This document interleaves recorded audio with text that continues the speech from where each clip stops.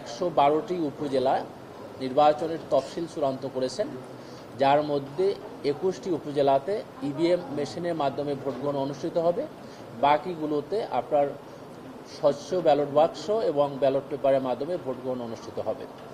এই তৃতীয় ধাপের উপজেলা সময়ের নির্বাচনের তফসিল হচ্ছে: মনোনয়নপত্র দাখিলের শেষ তারিখ 2রা মে বৃহস্পতিবার, মনোনয়নপত্র বাছাই 5 মে 2024 রবিবার, আপিল দায়ের 6 থেকে 8 মে সোম হতে বুধবার, আপিল নিষ্পত্তি 9 থেকে 11 মে বৃহস্পতিবার থেকে শনিবার, প্রার্থিতা প্রত্যাহার 12 মে রবিবার, প্রতীক বরাদ্দ 13 মে সোমবার এবং ভোট গ্রহণ 29 মে 2024 বুধবার সকাল 8টা থেকে বিকেল 4টা পর্যন্ত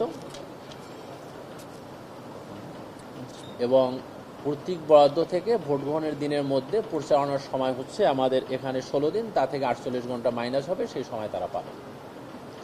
এটুকুই ছিল তফসিল। এবং এক্ষেত্রে রিটার্নিং অফিসারের দায়িত্ব পালন করবেন নির্বাচন কমিশনের নিজস্ব কর্মকর্তা, যারা জেলা পর্যায়ের অতিরিক্ত জেলা নির্বাচন কর্মকর্তা হিসেবে দায়িত্ব পালন করেছেন তারা, এবং অঞ্চলে যারা অতিরিক্ত আঞ্চলিক নির্বাচন কর্মকর্তার দায়িত্ব পালন করছেন তারা।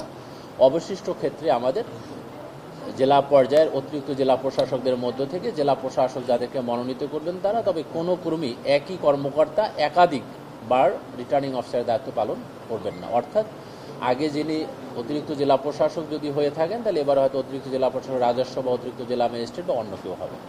এভাবে নির্দেশ।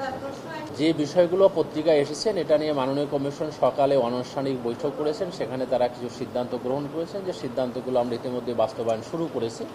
আশা করি এগুলোর বাস্তবায়ন দৃশ্যমান হলে আপনারা এই প্রশ্নের উত্তরটা পেয়ে যাবেন।